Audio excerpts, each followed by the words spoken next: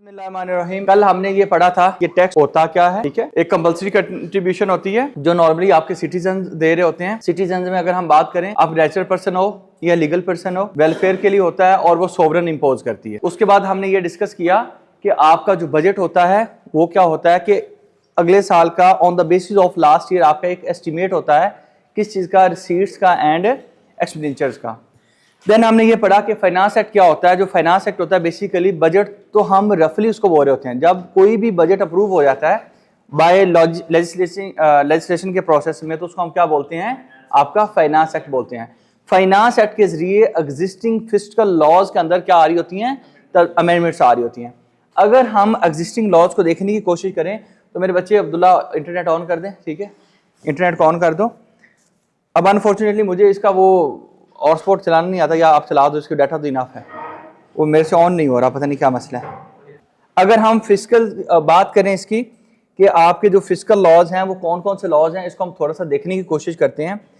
आपका हर वो कानून जो आपका रिसीट या आपकी एक्सपेंसेस के मुतालिक हो, कंट्री की रिसीट्स और कंट्री के एक्सपेंसेस के मुतालिक हो, बस चल गया, पता नहीं किसका कनेक्टेड हुआ है, अब्दुल्ला के कनेक्ट हुआ है। ठीक है, हाँ इसको फिर बंद करें। इसके लिए सर क्या करेंगे हम लोग, FBR, आपको ये इल्म होना चाहिए कि FBR का जो अदारा है इन्होंने एक अपनी वेबसाइट बना रखी है जिसका नाम है fbr.gov.pk। ये मेन इनकी वेबसाइट है। इसको अगर हम ओपन करते हैं तो सर ये वेबसाइट आपके सामने पेश खिदमत है। अगर इसी वेबसाइट पर अगर हम जाएं तो यहाँ पे एक X का बटन दिया हुआ है। हम X के ऊपर अगर क्लिक करते हैं तो सर एक नई स्क्रीन हमारे सामने आती है। इसके अंदर आपके सामने एक्ट्स भी दिए गए हैं, इसमें ऑर्डिनेंसेस भी दिए गए हैं, इसमें वो रूल्स भी दिए गए हैं। ये वो सारी चीज़ें हैं जो FBR के अम्ब्रेला में आती हैं। उसमें से मैं जो एक्ट्स के अंदर जाके फाइनेंस एक्ट आपको दिखाने की कोशिश करता हूँ कि अभी जो फाइनेंस एक्ट लास्ट ईयर आया वो क्या था, उसमें किन किन कवानीन का जिक्र हो रहा था। तो मैं सबसे पहले फाइनेंस एक्ट 2024 की बात करता हूँ। सर जब मैंने फाइनेंस एक्ट को खोला तो आप being the student of law, मैं आपसे पूछना चाहूंगा कि व्हाट इज गजट। लिखा हुआ है the gazette of Pakistan. What is meant by gazette of Pakistan. हम कहते हैं फलां न्यूज चैनल का वो एक न्यूज़नामा आ रहा है, ठीक है, ARY की न्यूज खबरें आ रही हैं, जियो न्यूज़ की खबरें चल रही हैं, सुनो न्यूज़ की चल रही हैं, व्हाट्सएप और कोई भी न्यूज़ हो। तो अब ये गवर्नमेंट का खबरनामा है। गवर्नमेंट जिस डॉक्यूमेंट के जरिए, जिस चीज़ के जरिए हमें इंफॉर्मेशन देती है उसको हम क्या कहते हैं, गजट ऑफ पाकिस्तान। ये भी बेसिकली ये दो तरह का होता है, एक एक्स्ट्रा ऑर्डिनरी होता है, एक जनरल होता है। जनरल की पब्लिकेशन का मैं देखूंगा, अभी एग्जैक्ट मुझे नहीं पता, लेकिन आपको शायद इतना भी नहीं पता होगा कि दो तरह का है, कौन सा, एक जनरल और एक एक्स्ट्रा ऑर्डिनरी। और ये कौन सा है, एक्स्ट्रा ऑर्डिनरी। जनरल को मैंने भी एक दफ़ा देखना है। जनरल एक स्पेसिफिक टाइम पीरियड के बाद पब्लिश होता है, लेकिन मैंने माजरत के साथ जितने भी कवानीन देखे हैं ना, वो जनरल के ऊपर जा ही नहीं रहे होते। रात को कानून बनता है, रातों रात गजट में पब्लिश कर देते हैं, और वो गजट जो रातों रात पब्लिश कर देते हैं वो क्या होता है, एक्स्ट्रा ऑर्डिनरी। अब इसकी अगर मैं बात करूं तो ये उन्होंने कब पब्लिश किया था, अच्छा रात को 30 जून को पब्लिश के कारण थे, क्योंकि अगले दिन उसका इस कानून को अप्लाई करना था 1 जुलाई से। बात को फॉलो कर रहे हैं, क्योंकि अगला जो टैक्स ईयर स्टार्ट होने वाला है उसके ऊपर ये जो अमेंडमेंट्स आने वाली हैं। अब मैं आज आपको फाइनेंस एक्ट दिखा रहा हूं, ठीक है। इसकी अगर हम बात करें तो कहता है एक्ट ऑर्डिनेंस प्रेसिडेंट ऑर्डर फलाना फलाना फलाना। ये इसके अंदर अगर हम डिस्कस करते हैं, सबसे पहले इसका सेक्शन 1 अगर हम पढ़ते हैं तो ये क्या है, फाइनेंस एक्ट 2024 है, ठीक है। अब ये देखिएगा, कंट्री के जितने भी कवानीन हैं टैक्स कलेक्शन के या आपके एक्सपेंसेस के, सारे आएंगे। किस टैक्स ईयर, किस कैलेंडर ईयर में आया, 2024 में, जून में। तो इसकी एप्लीकेशन कब से स्टार्ट हो रही है, जुलाई। अभी इसको दिखाता हूं, ये कब से अप्लाई हो रहा है। अगर 1 जुलाई से स्टार्ट हो रहा है तो इसकी एप्लीकेशन, कभी कोई कहना फाइनेंस एक्ट 24 तो आपने कहना टैक्स ईयर 2025। अगर कोई कहे फाइनेंस एक्ट 22 तो आपने कहना टैक्स ईयर 23। तो इसमें इसका मतलब ये हुआ कि हम फाइनेंस एक्ट को जिस कैलेंडर ईयर में आता है उसके साथ मंसूब करते हैं, लेकिन टैक्स ईयर जो होता है वो अगला चल रहा होता है, क्योंकि इसकी एप्लीकेशन स्टार्ट ही कब से कर रहा है, जहां से अगला टैक्स ईयर स्टार्ट हो रहा है। क्लियर हुआ। अच्छा जी, अब इसके अंदर सबसे पहले किस में चेंज आ रही है, स्टैंप ड्यूटी। जो स्टैंप एक्ट है वो आपको पता है कि स्टैंप ड्यूटी कलेक्ट करने का एक कानून है। अब ये भी एक गवर्नमेंट का रेवेन्यू का लॉ है, ठीक है। उसके अंदर तब्दीली की। अब मैं आपको थोड़ा पढ़ने का तरीका बताता हूँ। कहता है in the stamp act 1899 as in force in Islamabad. जो इस्लामाबाद में स्टैंप एक्ट एप्लीकेबल हो रहा है, उसका शेड्यूल्स, आप माशाल्लाह कानून दान हैं, मुझे आपको बताने की जरूरत नहीं है। जब भी कोई कानून होता है, जैसे मैं अपने इनकम टैक्स ऑर्डिनेंस का कानून खोलता हूँ, जब हम इस कानून को खोलते होते हैं मेरे दोस्तों, हम इंडेक्स पे चलते हैं। अगर हम इंडेक्स पे चलें तो सर इसमें ये इंडेक्स चल रहा है, ठीक है, ये सेक्शन चल रहे हैं।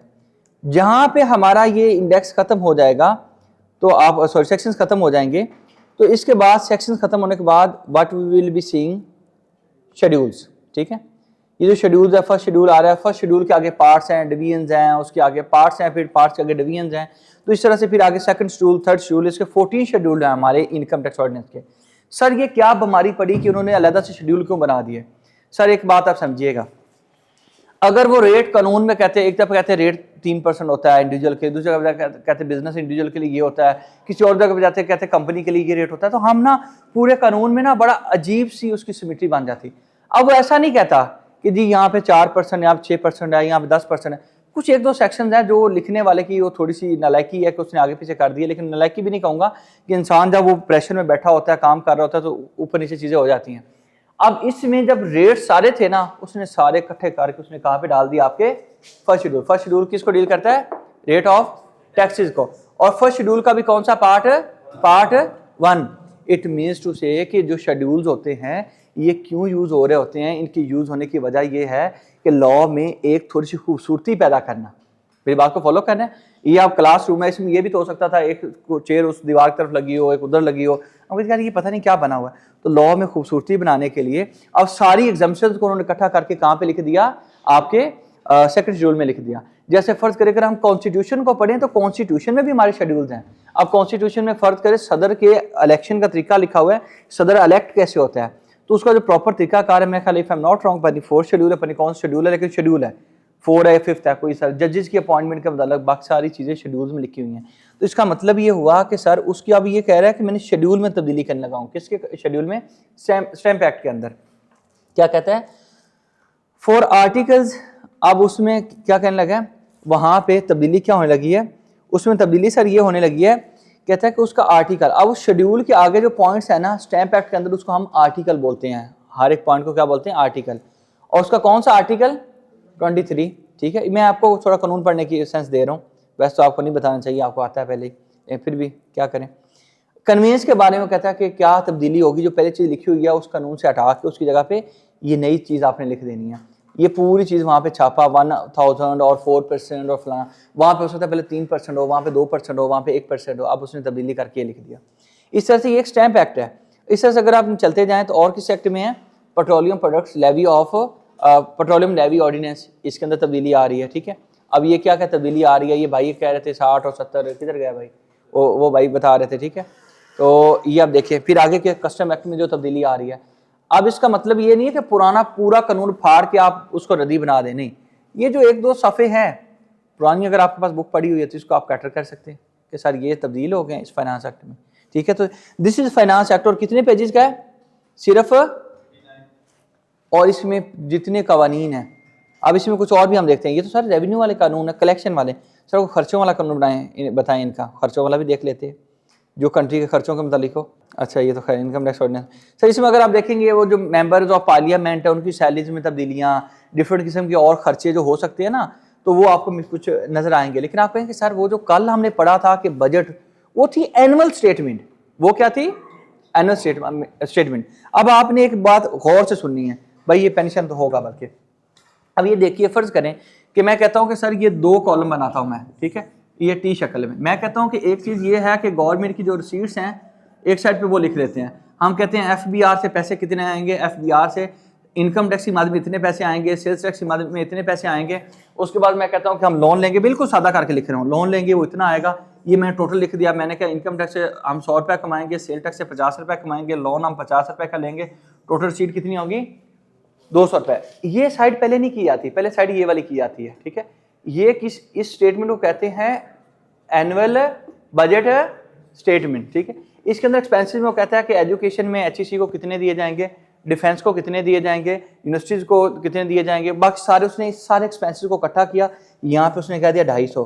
पहले ये साइड मालूम की जाती है, ठीक है, और फिर उसके बाद ये साइड, इसमें क्योंकि ये जो हमने लोन लेना होता है। ठीक है, इसका मतलब ये हुआ कि ये जो हर साल असम्बली में पहले प्रपोजल, फर्ज करें कि आप नेशनल असम्बली के मेंबर्स हैं, आपकी चीज़ सामने रख दी, आप कहा जी ये हमारा अगले साल का एस्टीमेट है। उन्होंने कहा सर ये आपको कैसे पता चला कि ये एजुकेशन के ऊपर 200 रुपये या 50 रुपये या 70 रुपये या 500 रुपये लगेगा? उसने कहा भाई पिछले साल के 11 महीनों का मेरे पास एस्टीमेट है। अब जो वहाँ पे मुलाजम करते हैं ना यूनिवर्सिटियों में, उनकी सैलरी में 10% इंक्रीज़ डालना है, तो इसका मतलब ये है कि 10% इंक्रीज़ लगाना है। जो पहले पिछले साल 500 रुपये लगा था, तो अब वो कितना लगना चाहिए, इसमें आप वो 110% यानी कि इसको इंक्रीज़ कर लेते हैं। ये हमारी क्या बन गई, एनुअल बजट स्टेटमेंट। अब इसको अगर ये आपने इस साल कलेक्शन करनी है, पिछले साल कलेक्शन हुई थी 80 रुपये की, ये अब 100 रुपये की कैसे कलेक्शन होगी? उन्होंने कहा कानून में वो जगह ढूंढें जहाँ जहाँ से आप मजीद कलेक्शन कर सकते हैं या कोई नया टैक्स लगा सकते हैं। मैंने कहा वो कैसे होगा?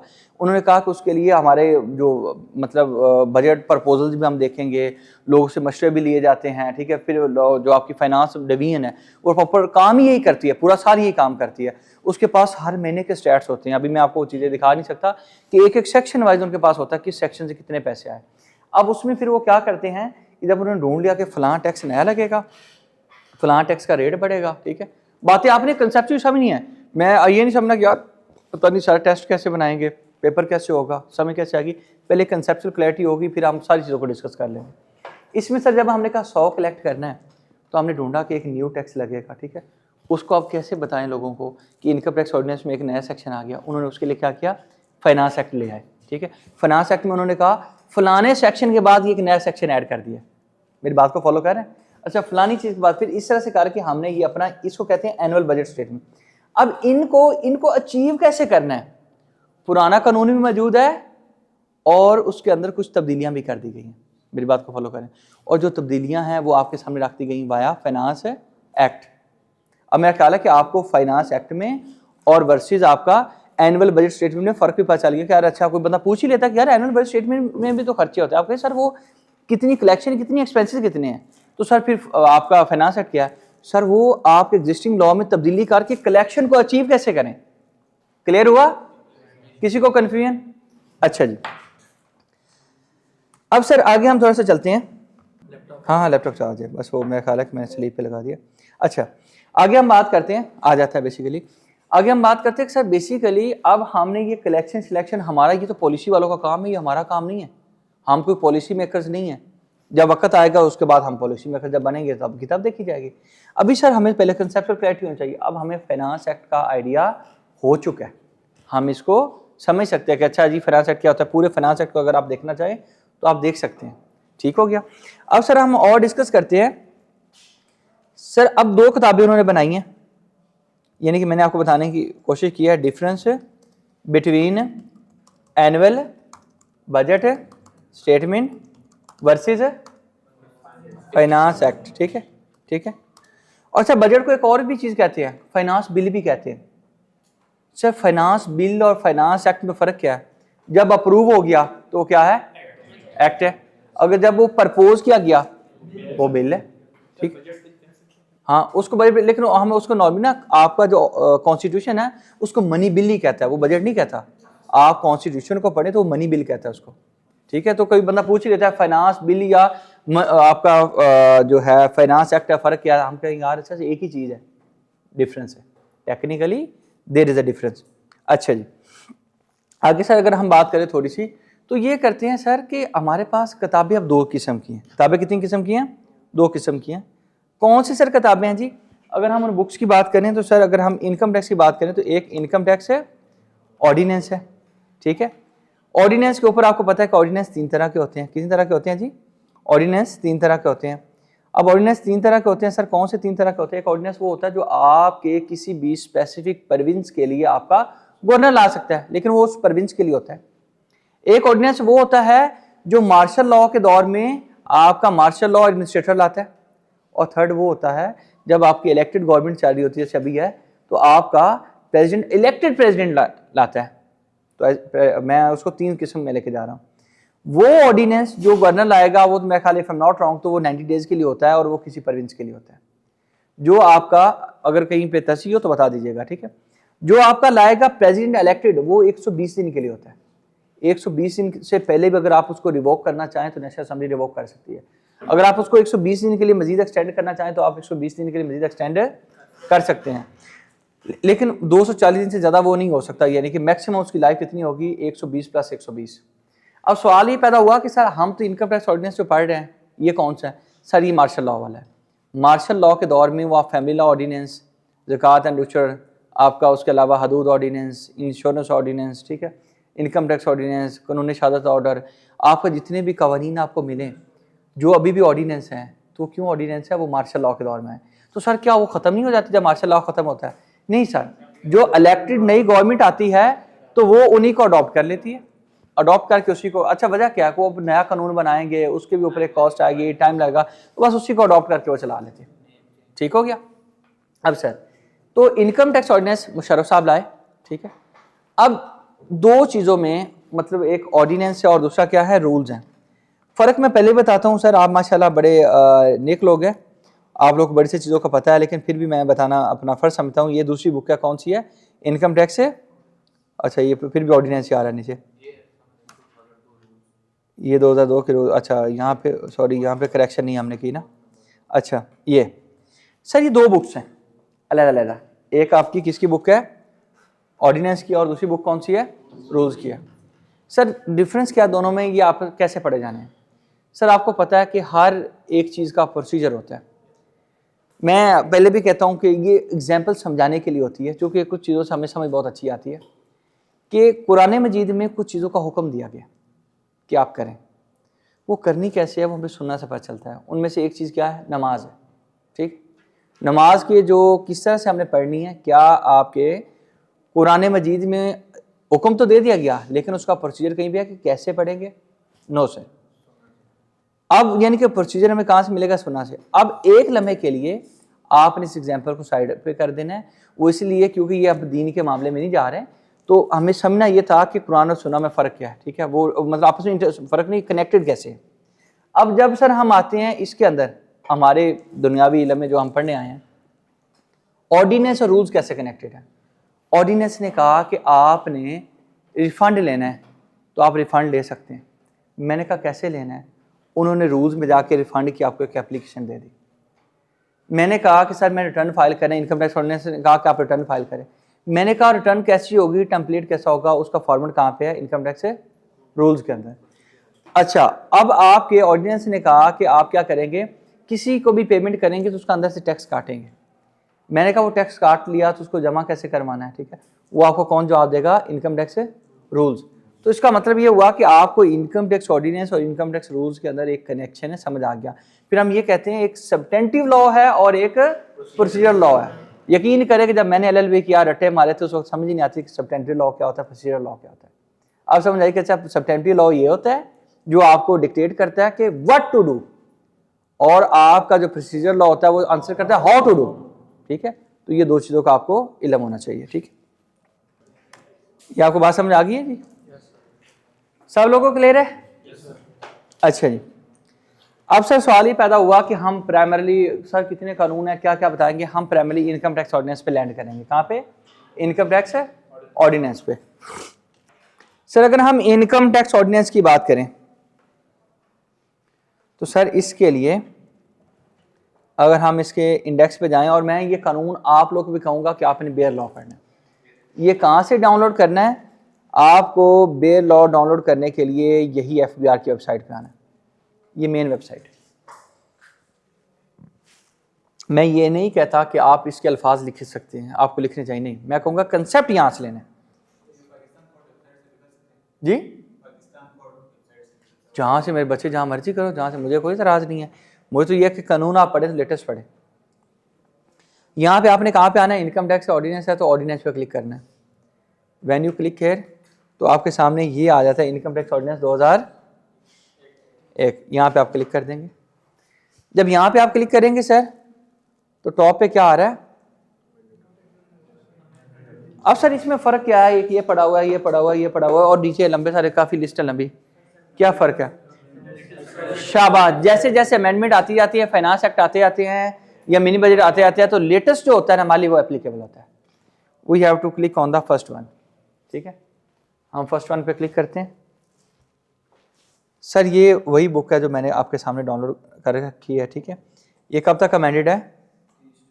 फाइनेंस एक्ट 2024 इसके अंदर इनकॉर्पोरेटेड है, यानी कि टैक्स के 2025 का कानून मेरे सामने है जो आप और मैं पढ़ रहे हैं। ठीक हो गया? आप मेरे बच्चे मुझे एक चीज़ बताओ कि प्रोसीजर तो बाद में आएंगे ना। एक 2001 में बनाया तो फिर इम्प्लीमेंट कैसे किया था? अच्छा नहीं, इसको अगर कानून को आप पढ़ेगा ना, सवाल अच्छा है आपका। इनका सवाल ये है कि सर अगर कानून आ गया 2001 में तो ये आपने कहा प्रोसीजर के बगैर तो चीज़ इंप्लीमेंट नहीं होती, तो इंप्लीमेंट कैसे होगी? जवाब है मेरे पास, आपको देता हूँ, अभी 1 मिनट दें, जवाब आपको कानून के साथ रेफर करके बताऊंगा। इसके लिए उन्होंने कहा था कि it shall came into force on such date the federal government may by notification in the official gazette appoint. उन्होंने कहा कि हम इनकम टैक्स ऑर्डिनेंस को उस वक्त एप्लीकेबल करेंगे जब से हम चाहेंगे। तो उन्होंने इसको 2002 में एप्लीकेबल किया था रूल्स बना के। पहली जो रिटर्न फाइल हुई थी वो 2002 के बजाय 2003 में टैक्स ईयर रिटर्न फाइल हो रही थी। ठीक है, 2002 की रिटर्न भी 1979 के कानून के तहत फाइल हुई थी। ये बात को फॉलो कर रहे हैं? प्रैक्टिकली ये पॉसिबल ही नहीं था रूल्स के बगैर आप किस चीज़ को। मैं एक मिसाल देता हूँ, आपको पता है कि हम अंग्रेज़ों का कानून जो ट्रस्ट एक्ट 1882 वो पढ़ते आ रहे थे। एक दफ़ा हमसे गलती होगी, हमने कहा कि हम अपना ट्रस्ट एक्ट बनाएंगे 2020 में। जब हमने उसको बनाने की कोशिश की तो उसके लिए जो इस्लामाबाद का है ना, उसके लिए अभी तक प्रोसीजर नहीं बनाया जा सकता। एक्ट बना लिया, उसमें लिख दिया कि हम एक बॉडी बनाएंगे जो ट्रस्ट की रजिस्ट्रेशन को देखेगी, और अल्हम्दुलिल्लाह अभी तक वो बॉडी नहीं बनी। ठीक है, यानी कि ये तो उनकी अंग्रेज़ों की मेहरबानी है, उन्होंने हमें चीज़ें बना के दे दी। आप पार्टनरशिप एक्ट को देख लो, आप कॉन्ट्रैक्ट एक्ट को देख लो। हम इतनी हिम्मत क्यों नहीं करते? क्योंकि माजरत के साथ या तो हमारी इतनी काबिलियत नहीं है या हम पढ़ना नहीं चाहते। आप लोग भी पढ़ते ना, आपको पता है कि हम क्या पढ़ रहे होते हैं क्या नहीं पढ़ रहे होते। तो सर उसमें इम्प्लीमेंटेशन के लिए कोई भी कानून उठा लें, मैं CRPC, CPC, आपका QSO, इन चीज़ों की प्रैक्टिस नहीं करता। ठीक है, लेकिन इन चीज़ों की मुझे अंडरस्टैंडिंग है। इन सब का कोई एक आपको पता सब्सिडी लॉ है, जिसको अलाइड लॉ कहते हैं, जिसको प्रोसीजर लॉ कहते हैं। कोई कानून उठा लें, ठीक है, तो आपको हर कानून का कोई ना कोई अलाइड लॉ मिलेगा। आप वो कंपनीज एक्ट खोलें, कोई एक्ट खोलें, किसी कानून के आपको रूल्स मिलेंगे, किसी की रेगुलेशन मिलेंगे, किसी के ऑर्डर्स मिलेंगे उस कानून को इम्प्लीमेंट करने के लिए। तो सवाल आपका अच्छा है, क्लियर हुआ? इसको इस बाद में उन्होंने जो SRO जारी किया था, उस SRO में उन्होंने बताया था, अब गूगल से ढूंढिएगा कि ये from which date the income tax ordinance became effective, enforceable, implemented. ठीक है, तो आपको मिल जाएगा कि कब से ये इम्प्लीमेंट हुआ था। ठीक हो गया? अच्छा जी, अब इसमें सर हमने ये पढ़ा कि ये जो इनकम टैक्स ऑर्डिनेंस है पूरे पाकिस्तान पे अप्लाई होगा। अगर अब हमें पाकिस्तान की डेफिनेशन पढ़नी हो, ये कानून जवाब नहीं देता। अब उसके लिए फिर कॉन्स्टिट्यूशन ऑफ पाकिस्तान खोलना पड़ेगा। तो इसका मतलब ये है कि आज हम पढ़ते हैं, कोई लोग मुझे पता है फ़ोन करके पूछते हैं, सर फाटा पाटा पे ये कानून लगेगा? माजरत के साथ कि वो पढ़ना ही नहीं चाहते। अच्छा क्यों सर? अब मैं कॉन्स्टिट्यूशन को खोलता हूँ, वो कौन सी भाई कह रहे थे, पाकिस्तान लॉ साइड कह रहे थे भाई, पाकिस्तान। अच्छा ये इस पे वेबसाइट मिलेगी, ये चलें जी, इससे हम लेटेस्ट मिलेगा। अच्छा गवर्नमेंट की साइट है। अच्छा जी, हम कॉन्स्टिट्यूशन ऑफ पाकिस्तान लिखो जी। मैंने इसको पहले यूज नहीं किया इस साइट को। कैटेगरी भी चूज करनी है? अच्छा किसमें जाना होगा भाई?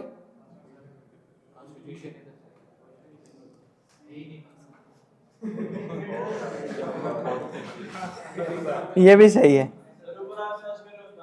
किसमें? नहीं उसका मसला पता है क्या, अभी मुझे वो मैं इधर क्यों देख रहा था, बेसिकली ये है कि अगर हम गूगल पे करेंगे ना, आई एम नॉट श्योर कि वो लेटेस्ट खोलेगा कि नहीं खोलेगा, वरना वो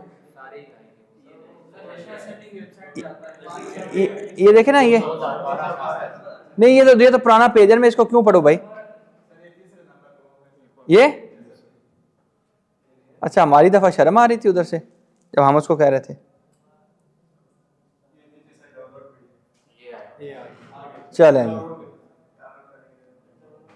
चलें, चलो जी, इसको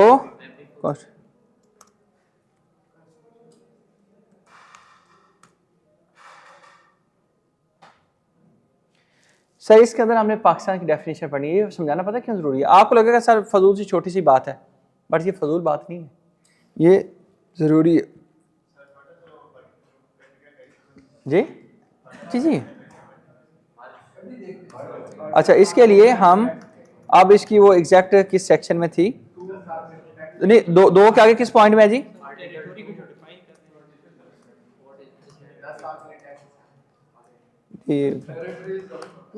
टेरिटरीज ऑफ पाकिस्तान। अच्छा जी,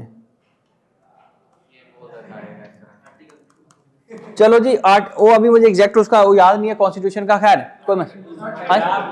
2 है 1 है, वो भाई सही कह रहे हैं, आर्टिकल 1 नहीं है। मुझे एग्जैक्ट इसका रेफरेंस कॉन्स्टिट्यूशन की मैं ना प्रैक्टिस करता ना मेरा है, लेकिन मैं बताना चाहता हूँ आपको, इल्म होना चाहिए।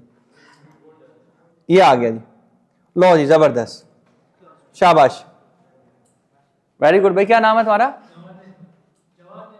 जवाद भाई, जबरदस्त। नहीं, बड़ा अच्छा उन्होंने कहा, भाई मजाक ना बनाए, वो भाई ने अच्छा,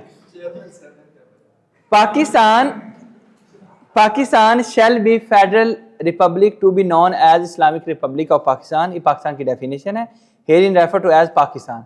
इसके बाद वो कहता है कि मैं इसको पूरे कानून में, कॉन्स्टिट्यूशन में पाकिस्तान का नाम ही दूंगा, लेकिन जहाँ भी पाकिस्तान बोलूँ तो उसका मतलब क्या है? Islamic republic of Pakistan. कहते हैं अब इस इस्लामिक रिपब्लिक ऑफ पाकिस्तान में आएगा क्या क्या, किन चीज़ों को मिला के पाकिस्तान बनता है? Province of Balochistan, KPK, Punjab and Sindh, Islamabad, ठीक है। उसके बाद such other states and territories फलाना फलाना फलाना जो उसमें कहते हैं इंक्लूड कर दें, ठीक है। अब आपको ये पता होना चाहिए कि उन्होंने किस तरमीम के बाद जी फाटा पाटा को पाकिस्तान का हिस्सा बना दिया है? 25 के बाद। अब फाटा और पाटा पे आपका इनकम टैक्स ऑर्डिनेंस लगता है?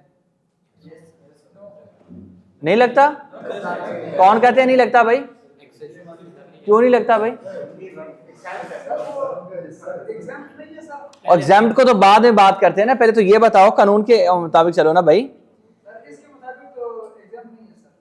इसके मुताबिक एग्जम्पशन नहीं है, क्यों नहीं है? यस, क्योंकि it extend to the whole of Pakistan, ये पूरे पाकिस्तान पे कानून लगता है। अच्छा, अब सर ये सवाल पैदा हुआ कि वो सर फाटा पाटा पे क्यों नहीं लगेगा, ठीक है। उसके लिए एक बात आपको बताऊं कि अब उसके ऊपर ये था, वो जो फेडरली एडमिनिस्ट्रेटेड एरिया था वो फाटा और पाटा रहा भी नहीं। अब पता है कि उन्होंने उसको प्रोविंसेस कहा, ये था कि कुछ एरिया फेडरल उसको देख रहा था और कुछ प्रोविंसेस देख रहे थे। अब उनको उन्होंने मर्ज कर दिया, कुछ बलोचिस्तान के साथ, कुछ KPK के साथ, आपको इल्म होगा वैसे ज्यादा। अब इसका मतलब ये है कि वो पाकिस्तान का जब हिस्सा बन गया, वो अब ये अलहदा से फाटा पाटा उस जिक्र क्यों नहीं है सारे इस डेफिनेशन में? सर क्या वजह है कि यहाँ पे उसने अलहदा से फाटा पाटा का जिक्र नहीं किया? सर रीजन बीइंग कि अब वो अलहदा फाटा पाटा रहा ही नहीं, उसको उन्होंने शामिल कहाँ कर दिया है? प्रोविंसेस के अंदर। जब प्रोविंसेस हैं तो प्रोविंसेस यहाँ पे कवर हो गए। अच्छा सर, अब वजह क्या है कि उसको क्यों उन्होंने मतलब अप्लाई कर दिया? सर वजह ये है कि वहाँ पे आपको पता है कि उन्होंने उनको एग्जम्पशन दे रखी है। एकदम से पहले तो उनके ऊपर वो पाकिस्तान का ये कानून जब लगता नहीं था, अब एकदम से उसको बंदा कह के टैक्स दो तो आपको टैक्स नहीं देंगे, ठीक है। वो आहिस्ता आहिस्ता ग्राउंड बना रहे हैं, पता क्या कर रहे हैं? यहाँ पे एप्लीकेबल है, एक SRO निकालते हैं, उस SRO के जरिए उनको एग्जम्पशन दे देते हैं। FBR के पास पावर्स है कि वो डेलीगेटेड पावर्स हैं कि वो SRO जारी करें और किसी बंदे को, किसी पार्टी को, किसी क्लास ऑफ पर्सन को, किसी कंपनीज को एग्जम्पशन दे दें। वो जो पुराने एरियाज थे उनको क्या कर रहे हैं? एग्जम्पशन दे रहे हैं, साल के बाद 1 साल की और एग्जम्पशन दे देते हैं। लेकिन अल्टीमेटली एक वक्त आएगा कि उसको वो अपने पराये में शामिल कर लेंगे, ठीक है। लेकिन अगर लीगली बात करें तो उन पर टैक्स का कानून लगता है। लेकिन कोई बंदा कहे कि सर हमारे ऊपर नहीं लगता, आप कहें भाई कोई SRO मुझे दो, आप तो इस चीज़ के एरिया के अंदर हो, कोई मुझे रेफरेंस दो। बात को समझ गए कि नहीं? स्टैट्यूटरी रेगुलेटरी ऑर्डर्स, इसके ऊपर मैंने अभी आना है। SRO क्या होते हैं? Statutory regulatory orders. मैं आपको बताता हूँ, अभी उसके ऊपर भी हमने आना था, लेकिन खैर अभी बता देते हैं।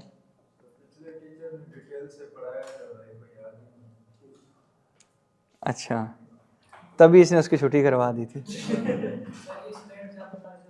अच्छा, अब सर इसके ऊपर मैं अगर आपके साथ चलूं, ठीक है, क्या बताया था जी? आप बता दें, फिर आपको तो याद होगा वैसे।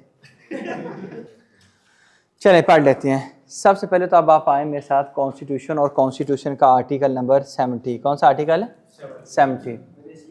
आर्टिकल 70 के ऊपर जब हम आते हैं तो ये है किस चीज़ की, इसकी हेडिंग क्या है? Introduction and passing of bills. जो फेडरल गवर्नमेंट कोई भी कानून लाना चाहती है, कानून बाद में बनता है, पहले वो बिल होता है, उसको पहले क्या कहते हैं, बिल। जैसे मैंने कहा मनी बिल, फिर उसके बाद अप्रूवल के बाद वो एक्ट बनता है, ठीक है। अब इसके अंदर अगर हम पढ़ना चाहें तो कॉन्स्टिट्यूशन का जो सब आर्टिकल नंबर 4 है, 70 का 4, what it tells us, it tells us कि in this article and the succeeding provisions of the constitution federal legislative list mean the federal legislative list in the 4th schedule. Basically वो ये कह रहा है कि एक फेडरल लेजिस्लेटिव लिस्ट होगी, क्या होगी। मैंने कहा ये what is federal legislative list, वो कहता है कि वो कहाँ पे है, 4th शेड्यूल में। मैंने कहा ये 4th शेड्यूल क्या बुलाया है, उसने कहा आप 4th शेड्यूल पे एक दफ़ा चलें। मैंने 4th शेड्यूल पे जाने की कोशिश की। जब सर हम 4th शेड्यूल पे गए मेरे दोस्तों, तो ये क्या है, फेडरल है, और इसमें वो कानून दिए गए हैं, क्या दिए गए हैं, वो कवानीन दिए गए हैं जो फेडरल गवर्नमेंट के अम्ब्रेला में आते हैं, जो उनकी पावर्स में आते हैं। मैं एक मिसाल देता हूँ कि अगर फेडरल गवर्नमेंट फ़र्ज़ करें कि इनकम टैक्स कलेक्ट करती है, कल को फेडरल गवर्नमेंट उठे और वो कहे कि हम हर दुकान से एक किस्म का फ़र्ज़ करें एक और टैक्स लगा दें, मिसाल इनकम टैक्स नहीं है वो जी आपका ट्रेड टैक्स है, ऐसे कोई नाम दे दें, तो भाई क्या फेडरल गवर्नमेंट इस चीज़ की एम्पावर्ड है, तो उसके लिए देखा जाएगा कॉन्स्टिट्यूशन को। जब हमने कॉन्स्टिट्यूशन को खोला तो इसके अंदर हर एक पॉइंट को हम एंट्री बोलते हैं। इसमें फेडरल लेजिस्लेटिव लिस्ट जो है इसके हर एक पॉइंट को कहते हैं एंट्री नंबर 1, क्या बोलते हैं, entry number 1, entry number 2, entry number 3। हम इसको आगे से चलाते जाएंगे। जब हम चलेंगे सर एंट्री नंबर 43 पे, किस पे, 43 पे, वहां पे क्या लिखा हुआ है आपका कस्टम ड्यूटी, उसके बाद एक्साइज ड्यूटी, ये डिफरेंट कवानीन है। इनकम टैक्स, कंपनियों के ऊपर टैक्स, सेल्स टैक्स, आपका कैपिटल वैल्यू टैक्स, आपका मिनरल्स के ऊपर टैक्स, आपका प्रोडक्शंस के ऊपर टैक्स, ठीक है, ये भी सेल टैक्स में आता है, ठीक है। ये डिफरेंट किस्म के टैक्सेस हैं जो किसके अम्ब्रेला में चले गए, फेडरल के अंदर। तो फेडरल गवर्नमेंट ने अब ये टैक्स लेने हैं, तो क्या फेडरल गवर्नमेंट, जब हम टैक्स की डेफिनेशन पढ़ते हैं तो उसमें एक ये भी पॉइंट होता है कि वो किसी लॉ के तहत कलेक्ट किया जाए। सर वो तो आइन, हमारा लॉ आइन ने कह दिया, आइन ने क्या प्रोसीजर बताया, आइन ने बताया किस वजह से कितना लें, उसके लिए हमें फिर एक स्पेसिफिक लॉ चाहिए। तो उन्होंने फिर क्या किया, इस नीड को पूरा करने के लिए, इस नीड को पूरा करने के लिए उन्होंने मेरे दोस्तों, जो हम कल भी देखने की कोशिश कर रहे थे, कॉन्स्टिट्यूशनल वैलिडिटी की अगर हम बात करें तो यही मैंने लिखा है कि article 74 of the constitution of Pakistan provides a federal legislative list, उसका बेसिकली रेफरेंस देता है। जब हम फेडरल लेजिस्लेटिव लिस्ट पे जाते हैं तो वहाँ पे हमें 4th शेड्यूल में ये डिफरेंट एंट्रीज नज़र आती हैं। लेकिन एक चीज़ ज़हन नशीन रहे कि वो चीज़ें जो आपके उसमें कवर्ड नहीं है 4th शेड्यूल में, उनको क्या बोलते हैं, रेजुडरी। जो रेजुडरी हैं उनके ऊपर कवानीन बनते हैं, लेकिन वो किसकी पावर्स में आते हैं, आपके प्रोविंशियल गवर्नमेंट की पावर में, यूएस नहीं, प्रोविंशियल गवर्नमेंट की पावर्स में आते हैं, ठीक है। तो वो प्रोविंशियल गवर्नमेंट बनाएगी।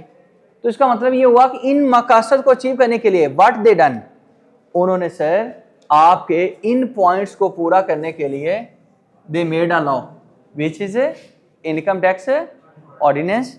देन उसने क्या किया कि उन्होंने आपके इन पॉइंट्स को पूरा करने के लिए 3 कवानीन बना दिए, ठीक है। फिर इस मकसद को अचीव करने के लिए उन्होंने क्या किया, आपका ये कानून बना दिया।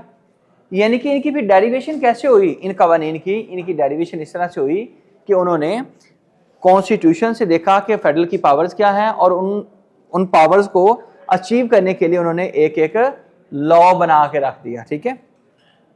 अब इसमें वो चीज़ें जो रेजुडरी में आती हैं, जो चीज़ें आपके उसकी फेडरल की पावर्स में नहीं आती, ये वो कुछ टैक्सेस हैं जो आपकी प्रोविंशियल गवर्नमेंट ले रही होगी। इसमें सर कौन कौन सा है, सर्विस के ऊपर सेल्स टैक्स को कलेक्ट करना, किसके ऊपर, सर्विस के ऊपर।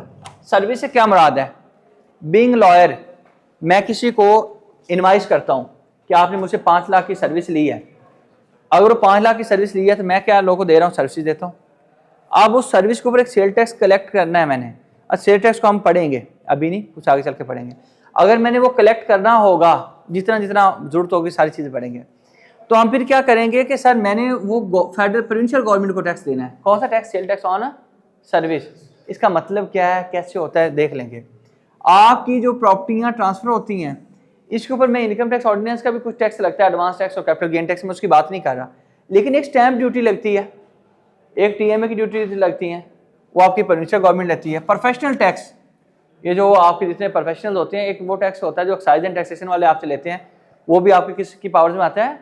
प्रोविंसेस की पावर में आता है। लग्जरी हाउसेज के ऊपर एक एक्साइज एंड टैक्सेशन वाले वो कलेक्ट करते हैं, अगर हमसे नहीं लिया जाता तो आप समझिए कि उसको छोड़ दें, लेकिन याद रखें कि उनकी डोमेन्स में है ये चीज़ें। प्रॉपर्टी टैक्स जी, लग्जरी हाउसेज हमारा है बड़े बड़े बंगले, बड़े बड़े वो घर, ठीक है ना? तो, जी कौन सा?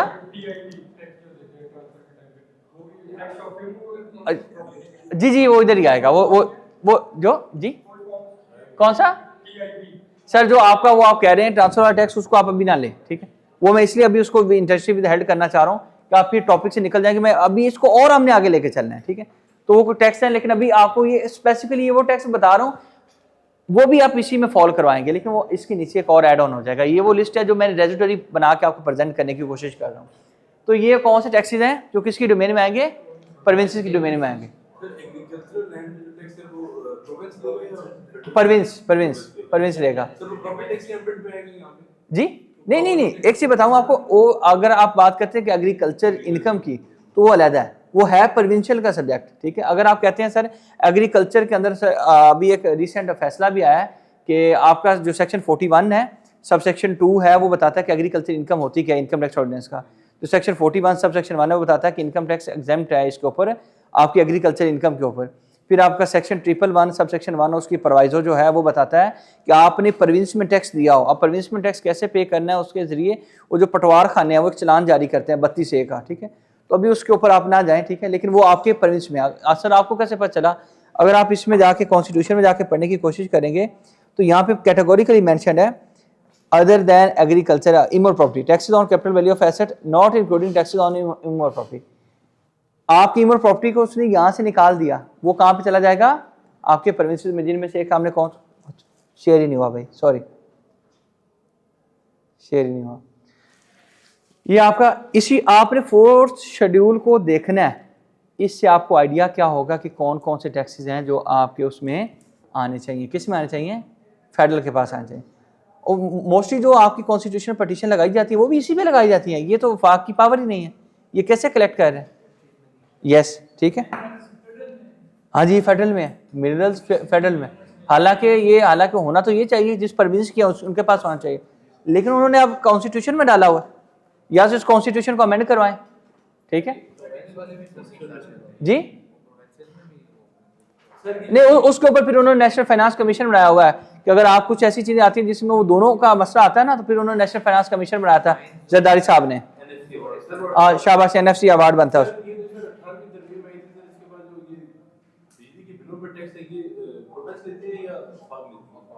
नहीं, अभी उस पर इनकम टैक्स भी है, सेल टैक्स है, अभी उसको बल्कि एक कल फैसला आया फेडरल टैक्स ओबेड्समैन का, और बड़ा फैसला अजीब सा आया। मैं रात को बैठे हुए भी बल्कि तैयारी कर रहा था, उमर उस पर याद लिख लो अपने पास, वीडियो जाकर बनानी है कि अब ये जो आपके सोलर पैनल जिन्होंने लगाए हैं ना, पहले ये होता था, अभी कल ये फैसला आया, ये होता है कि आपको पता है जो ऑन ग्रिड हुए होते हैं ना, तो फिक्स टैक्स नहीं, उनकी जो ग्रॉस जितने वो यूनिट यूज कर रहे हैं ना उसके ऊपर सेल टैक्स लगा दो। हालांकि अजीब हरकत हुई है, तो मतलब आप अपनी बिजली बना रहे हैं, यूज कर रहे हैं, वो पहले जाती है वापडा के पास, फिर वहां से आपके पास आती है ऑन ग्रिड में, तो जितने यूनिट आपके पास आ रहे हैं उस सारी वैल्यू पे 18% सेल टैक्स लगा दो। हाँ जी, वालों को वापस रिटर्न करते हैं जो बिजली ज्यादा पैदा नहीं, उसमें ही मसला आ रहा है ना, आप बात नहीं समझ रहे। वैसे नहीं है, आपको नेट मीटरिंग का आइडिया कि नहीं आइडिया, ये मेरा मीटर लगा हुआ है ना, और ये यहाँ पे ये ग्रिड लगा हुआ है, ये जो बना रहा है तो ऐसे मीटर में पहले आती है, तो ये डायरेक्ट में यूज नहीं करता होता, वो ये गवर्नमेंट के ये इस खंबे के पास चली जाती है और मुझे यहाँ से वापस मिलती है। वो कह रहे हैं जो जितनी मैं यहाँ से वापस यूज करूंगा ना उस सारे के ऊपर, और आप कहते हैं जिसको हम डिस्कस कर लेते हैं थोड़ा सा,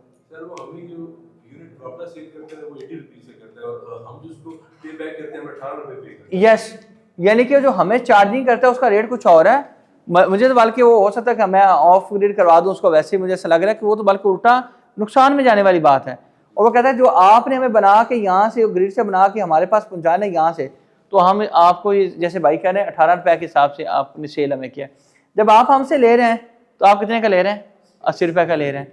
तो ये क्या हरकत हुई भाई हमारी बिजली? इससे बेहतर ये नहीं कि मैं इसको ये मतलब यहाँ से मीटर में डलवाऊँ ना ग्रीन में, ठीक है, इसको डायरेक्ट इन हाउस यूज़ करता रहूँ, ठीक है।